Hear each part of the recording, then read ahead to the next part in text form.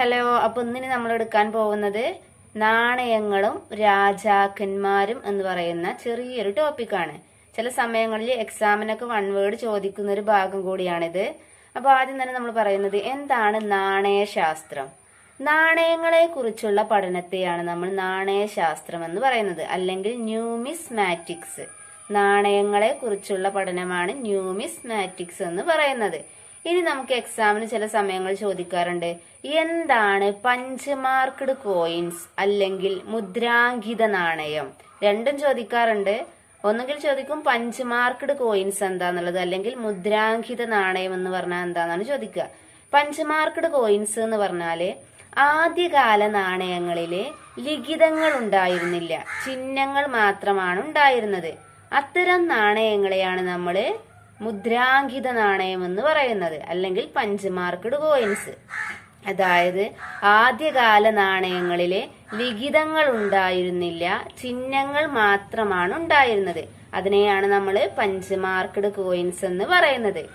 ഇനി ആദ്യമായിട്ട് രാജാക്കന്മാരുടെ പേരും ചിത്രവും പതിപ്പിച്ച നാണയങ്ങൾ പുറത്തിറക്കിയത് BCE 2-ാം നൂറ്റാണ്ടില് ഇന്ത്യയുടെ വടക്ക് പടിഞ്ഞാറൻ ഭാഗത്ത് അധികാരം സ്ഥാപിച്ചിരുന്ന ഇൻഡോ ഗ്രീക്കുകാരാണ്.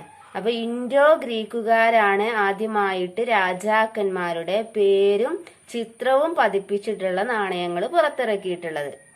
ഇനി അടുത്തത്, ഇന്ത്യയിൽ ആദ്യമായിട്ട് സ്വർണ്ണ നാണയം കൊണ്ടുവന്നത് ആരാണെന്നുള്ളത് വൺ വേർഡ് ആയിട്ടൊക്കെ ചോദിക്കാറുണ്ട്. കുഷാണ രാജാക്കന്മാരാണ് ആദ്യമായിട്ട് ഇന്ത്യയിൽ സ്വർണ്ണ നാണയം കൊണ്ടുവന്നിട്ടുള്ളത്.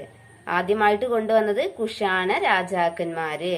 ഇനി ഏറ്റവും ആകർഷകമായിട്ടുള്ള സ്വർണ്ണ നാണയം കൊണ്ടുവന്നത് ഗുപ്ത രാജാക്കന്മാരാണ്. ഗുപ്ത രാജാക്കന്മാര്.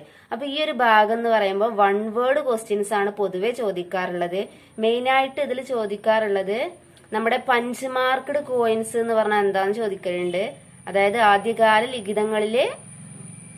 ആദ്യകാല നാണയങ്ങളിലെ ലിഖിതങ്ങൾ ഉണ്ടായിരുന്നില്ല, ചിഹ്നങ്ങൾ മാത്രമാണ് ഉണ്ടായിരുന്നത്. അതിനെയാണ് പഞ്ച് മാർക്ക്ഡ് കോയിൻസ് എന്ന് പറയുന്നത്. ഇനി ചോദിക്കാറുള്ളതാണ് നമ്മുടെ ആദ്യമായിട്ട് ഇന്ത്യയിൽ സ്വർണ്ണ നാണയം കൊണ്ടുവന്നത്, അതായത് കുഷാണ രാജാക്കന്മാര്. അപ്പൊ ചെറിയൊരു ടോപ്പിക്കാണ്, എന്നാൽ വൺ വേർഡ് ചോദിക്കാൻ ചാൻസ് ഉള്ള ഒരു ചെറിയൊരു ഭാഗം കൂടിയാണ്. അപ്പൊ എല്ലാരും നന്നായിട്ട് ഈ ഒരു ഭാഗം നോക്കിയിട്ട് പോവുക.